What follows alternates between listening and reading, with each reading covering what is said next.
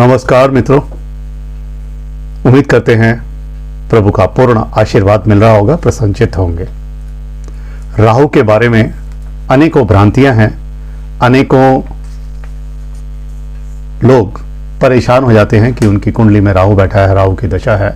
दोस्तों, राहु ग्रह 18 वर्ष की अपनी जो दशा है उसमें आपको बहुत कुछ देकर जाते हैं, बहुत कुछ।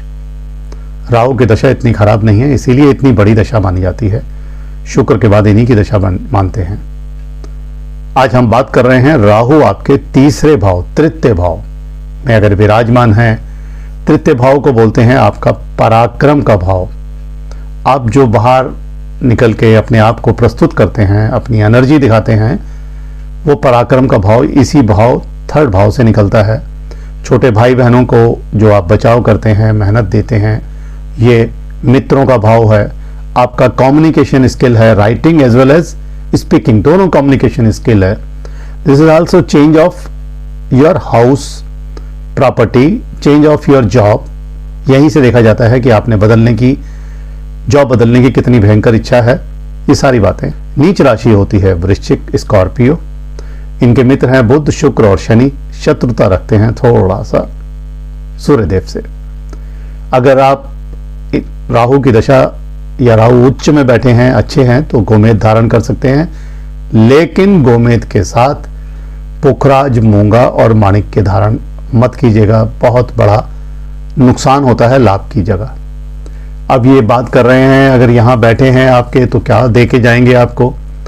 पराक्रम दे के जाएंगे, आपका कम्युनिकेशन स्किल बढ़ेगा, वाणी बढ़ेगी। लिखने के लिए ऐसे लोग अगर जाने तो मीडिया, आईटी सेक्टर में जाते हैं, और आर्थिक स्थिति ऐसे लोगों की अच्छी होती है। ऐसे लोगों का अनिष्ट नहीं होता, यानी ये राहु यहाँ बैठ के आपके अनिष्ट को समाप्त करता है, दुखों का नाश करता है।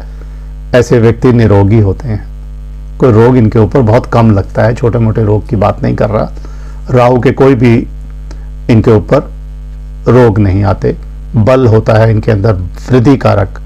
साहसी होते हैं, एक होता है साहसी, एक होता है दुसाहसी। ये दुसाहसी नहीं, साहसी होंगे अगर राहु यहाँ बैठे हैं तीसरे भाव में। चंचल भी होंगे, बातचीत भी अच्छी करेंगे, क्योंकि राहु के अंदर बहुत सारी आदतें अच्छी भी हैं। भाग्यशाली होते हैं, यात्राओं के शौकीन होते हैं, यानी प्लान्ड यात्राएं बना के चलेंगे, घूमने फिरने की आदत होगी। ऐसे लोगों को यश, सम्मान और कीर्ति मिलती है। ऐसे लोगों की कीर्ति दूर दूर तक फैलती है, उनकी मित्रवत व्यवहार से, उनके आचरण से, उनकी कम्युनिकेशन से, उनकी क्षमता से। निष्ठावान होते हैं, लगन से कार्य करने की आदत होती है, भेदभाव किसी के साथ नहीं करते। कंपनी का मालिक होगा अगर जिसका थर्ड में राहु है, वो किसी के साथ भी भेदभाव नहीं करेगा, और इसीलिए वो उन्नति के शिखर पर पहुंचता है। ऐसे लोग विलासितापूर्ण खर्चे करते हैं, यानी उनको मजा आता है जीवन की सभी विलासपूर्ण चीजें लेने का। नई गाड़ी, नया कपड़ा, नया घर के अंदर परिवर्तन, नया फर्नीचर, फैक्ट्री में भी नया नया इनोवेशन करते रहते हैं ऐसे लोग। और अगर राहु थर्ड भाव में खराब है तो ऐसे व्यक्ति अभिमानी हो जाते हैं। एक होता है स्वाभिमान, एक होता है अभिमानी।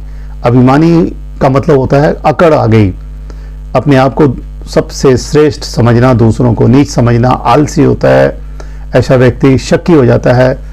भाइयों से, छोटे भाइयों से और मित्रवत लोगों से बेफालतू के झगड़े करने की भी इनकी आदत होती है। बैर कर लेते हैं, मन मुटाव बढ़ाते हैं अननेसेसरी।